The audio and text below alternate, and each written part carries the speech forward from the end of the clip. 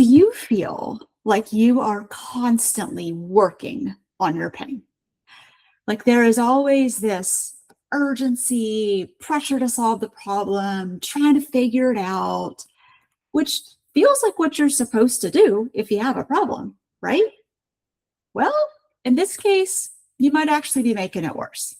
So by the end of this video, you will understand how preoccupation actually fuels pain. And I will share with you a tip for how to start interrupting this cycle that is keeping your brain on high alert and thus likely keeping the pain in place. Hey there, Jessica here. I'm a therapist in Austin who specializes in chronic pain as well as sleep, OCD, PTSD, and maladaptive overcontrol. I use something called Pain Reprocessing Therapy to help people finally find relief from their pain when nothing else has worked. And just want to share a quick little disclaimer that the information in this video is for educational purposes only. It is not a substitute for professional medical or psychological advice. So make sure you stick around to the end for a simple technique that you can use to immediately start interrupting that cycle that's keeping your brain on high alert. So where I want to start is I want to actually define preoccupation. So what do I mean by preoccupation? Well, according to good old Merriam-Webster, preoccupation is the state of being completely absorbed, engrossed, or obsessed with a particular thought, subject, or activity, often to the exclusion of other things. It refers to a mental fixation or a constant worry, such as a preoccupation with health. So when you're preoccupied, you are not present and you are not at ease. Your brain is perceiving a threat. So when you're preoccupied, there's a problem that must be solved for everything to be okay. That is preoccupation. So I'm going to put this graphic on the screen. This is looking at the cycle of how preoccupation kind of keeps the cycle of chronic pain. So you feel pain, and then a lot of people will respond to feeling pain with some flavor of preoccupation. We'll give some examples of what this looks like here in a minute. But this might be stuff like preoccupation with the past. Oh, I used to be so much healthier. Preoccupation with the future. What if this never gets better? Preoccupation with I have to solve the problem. This is urgent. Or preoccupation with maybe like doubting the diagnosis. So some flavor of preoccupation. And when you are preoccupied with something, what's likely to come next is you're going to start feeling some kind of an emotion, usually fear. Although for some people it's not fear, for some people it is anger or despair, or maybe an urge to problem solve. But whatever that emotion is, that is going to tend to put your brain and your nervous system on high alert. So if you feel fear, your nervous system is more activated, or if you're feeling anger, or if you're feeling despair. And when your nervous system is more activated, you are actually much more inclined to feel pain, or it's likely to make the pain worse. And that cycle just keeps going. So then you feel pain, or you continue to feel pain, or the pain gets worse. So then you get more preoccupied. You just dig in harder with, I got to solve this, which means more fear, rinse, repeat into eternity. So I'll take that graphic down. I'll put it back up in a minute to illustrate a point I'm going to make a little bit later. But I want to actually break down. There are 4 types of preoccupation that are related to chronic pain. The first is past preoccupation. So this is ruminating on life before the pain. So this is stuff like, I used to be so much healthier. I used to be more active. I want things to be how they were before, stuff like that. The next type of preoccupation is future preoccupation. So this is catastrophizing, usually it's catastrophizing, about never getting better. So this will never go away. I will always feel this pain, et cetera, et cetera. The next type of preoccupation is what we call structural preoccupation. So this is the constant doubting of your diagnosis. So this is, oh, maybe there's something else wrong that the doctor didn't find, or maybe I should try a different test or medication or procedure. And then the last type of preoccupation is problem-solving preoccupation. So this is that urge to fix it. This is the, oh, okay, so the pain went down, maybe because I stretched. Or if the pain gets really bad, I'll take some deep breaths to make it better. Or if I don't sit on my heating pad, that the pain is going to get worse, et cetera, et cetera. And most people with chronic pain really could have been described as preoccupied before they ever had pain. There's a kind of a personality type that a lot of people with chronic pain share, and that predated the pain. And so in pain reprocessing therapy, we actually have this idea, and this might sound like kind of a hot take, but we often say that it's not so much a pain problem as it is a preoccupation problem. So the next thing I want to talk about is then, so why are we preoccupied? Why do we engage in preoccupation? Well, it's a habit for most people. It's not really something that you're making conscious decision to do. It's a habit, and it does serve a purpose. So, everything we do, however helpful or not helpful it is, serves a purpose. So human brains just really like what's familiar, even if it's not the best thing. So I think this is a lot of the appeal of chain restaurants. So if you walk into a Chili's anywhere in the country, you more or less know what you're getting. You know what the restaurant's going to look like. You know what's on the menu. You know how the process works. You know exactly what to expect. Probably nobody is going to say that Chili's is the best food they've ever had in their life. But we like it because we know exactly what we're getting. So with preoccupation, preoccupation is familiar to people. We like what's familiar. And a lot of the time we are avoiding something that arises from stillness that feels really unfamiliar or aversive.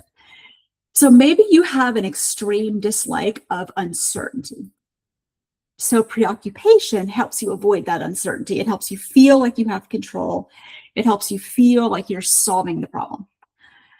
People who've experienced trauma often find that the flashbacks show up when they're bored. So people will stay super busy to try to avoid that. There was actually some research done, and I'll see if I can find the paper or the article, the research that was done on a shock machine.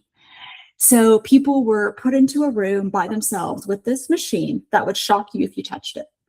And the people were asked to touch the machine. And then the researcher, the person was like, okay, I'm going to go, I'm going to step out for a few minutes. I'll be back in a little while. You don't have to do anything. You don't have to touch the machine. It's there, but you don't have to do anything. Just kind of hang out here and I'll come back. And what they found was a not insignificant number of people after a certain point just started touching the machine.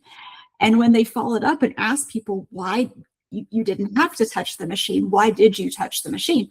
And people were like, I don't want to be alone with my thoughts. I don't want to be alone in my own head. It's a scary place in there. So people would rather do something that physically hurt them. That was preferable to being alone with your thoughts. And I think I just found that so fascinating. And it has stuck with me because it just made a lot of sense as far as the things that I've observed as a therapist. So chronic pain actually overlaps with another specialty of mine, which is what I mentioned at the beginning, this thing called maladaptive overcontrol. So most people with chronic pain could be described as overcontrolled. I will link a video where I delve a lot more into what is maladaptive overcontrol, but I'll briefly define it here as it's too much self-control to the point that life is joyless. So to the point that you are suffering because of it.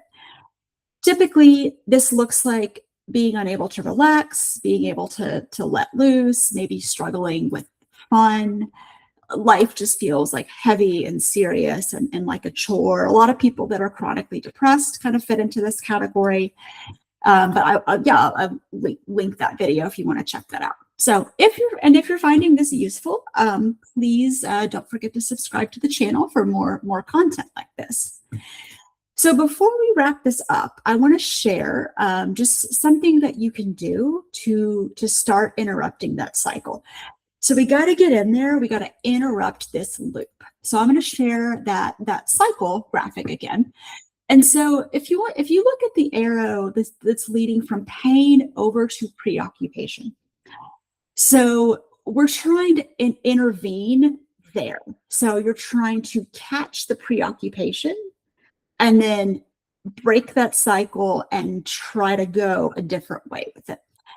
So as soon as you notice that you are preoccupied, as soon as you notice it, I mean, maybe you may be preoccupied for a long time before you catch it. That's fine. You're not going to catch it right away. Just as soon as you notice, like you now that you kind of know, okay, this is what preoccupation looks like for me. As soon as you notice, just call it out. Oh, I'm preoccupied. I'm doing that thing. Then just see if you can find, I don't know, just think about like blank it out or zero it out, or just see if you can find a neutral state. Do nothing. Just kind of like maybe focus on your breathing or something really simple like that. But, oh, I'm preoccupied. Call it out. See if you can kind of neutralize, and then leave a 30-second gap or count to 30 before you do anything else. Then go about your day. Then, go back to whatever you were doing. I mean, maybe you make the decision to go back into preoccupation, but at least now you're making a mindful, conscious decision to go back into preoccupation. It's not a situation where you're like, oh, I didn't want to be thinking about that for 45 minutes. What am I doing? So just notice it, call it out, interrupt it, do nothing for 30 seconds, and then go about your day. So I like to use the example of, and I use this example in my other videos. I use it all the time in therapy. But what does it look like to change a habit? So stopping at a red light is a habit that we all have. You see the stoplight, your foot hits the brake, you slow your car down. You don't think about it. You don't, okay, the light's red. Okay, what do I do? Okay, no, none of that. You just act. That's a habit. We could change that habit. We could, if we decided to change the traffic laws and say, okay, now everyone needs to go on red and stop on green. What would happen is people would still stop on red a lot, because that's a habit. People would have every intention of following the new laws, and they would still stop on red. But at some point they'd be like, oh, wait, I stopped on red. That's not what I'm supposed to be doing anymore. And then they'd start moving their car. And then as time goes by, they'd get faster and faster at catching it, to the point where eventually people could learn these brand new habits and it would become much more second nature. Is it automatic? No. Is it like flipping a switch? No. I really think of it as more akin to like water eroding a rock. I mean, hopefully it doesn't take like billions of years or however long it takes to carve a canyon, but it's closer to that. It's more like every time the water passes over, it erodes a little bit more, a little bit more, a little bit more. And then eventually, water can carve a canyon. So before I wrap this video up, I do also want to plug my newsletter. So I send out a monthly newsletter, comes out about the middle of the month. And I rotate through my different topics. So like 1 month I'll talk about sleep, 1 month I'll talk about chronic pain, next month I'll talk about PTSD. So if that sounds interesting to you, there's a link down in the description if you would like to subscribe to that. And then finally, I'm going to put, I think I'll put it in the end screen, if you want to know more about pain reprocessing therapy, and if you want to know more about like how fear fuels pain and a lot of the stuff that I've been talking about in this video, I recorded a video kind of going over more or less what I typically cover in the first session of pain reprocessing therapy. So that's a whole video on that. I will link that, and I will link that in the end. But that's kind of all I wanted to do for this. So I really hope this was helpful. Thanks so much for watching. Bye.